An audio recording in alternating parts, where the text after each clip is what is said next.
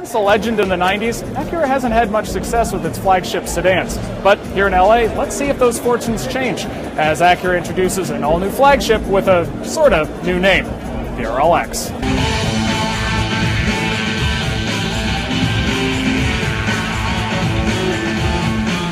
The old RL wasn't the most memorable car on the planet, but it did have excellent handling thanks to its super handling all-wheel drive system. This RLX doesn't have it. Front-wheel drive standard. But what it does have is precision all-wheel steer, or pause, and what that does is it continuously and automatically alters the toe angles of the rear wheels to improve both high-speed agility and low-speed maneuverability. Sounds kind of cool, actually, but if you do want super handling all-wheel drive, you can still get it on the RLX Hybrid.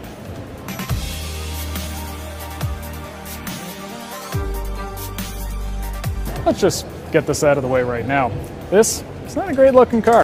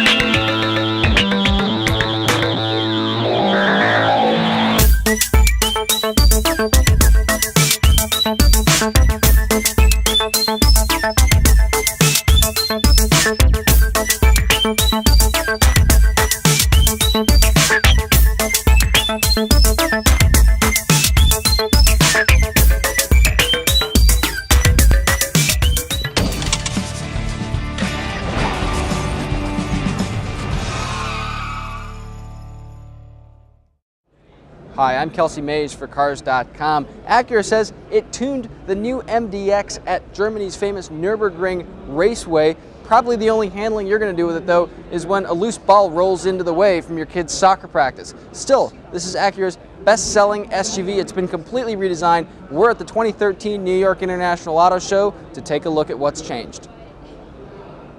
Overall length has increased about 2 inches and the wheelbase is a little bit longer, but the new MDX is a little bit narrower and a little bit shorter than before. Acura says it's 17% more aerodynamic than the last MDX. I think it's also 17% more forgettable. I mean, seriously, this thing looks a lot like Acura, but really doesn't set anything on fire when it comes to new styling for the brand. Acura says it follows an executive aero sculpture theme with Honda's Earth Dream driving technology and Acura Jewel Eye LED headlights.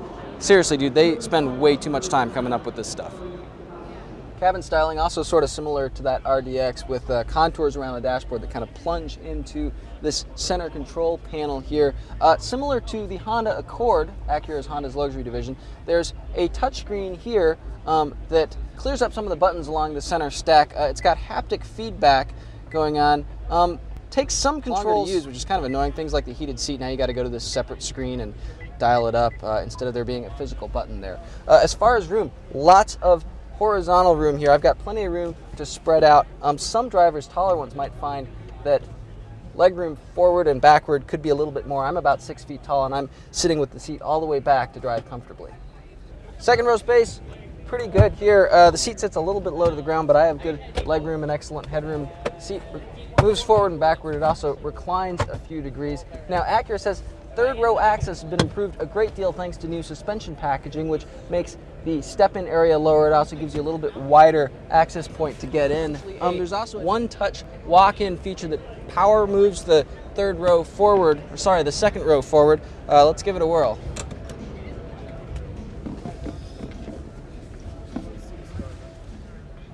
Third row space remains really tight though. You're going to want to negotiate more room from your second row passengers if you're of any size at all sitting back here. Parents are probably going to want to keep the third row just for kids only. Acura makes a big deal out of the MDX's improvements to handling and driving refinement, but we're going to have to get behind the wheel to give you our take on that. Stay tuned for more information closer to this car's on sale date this summer.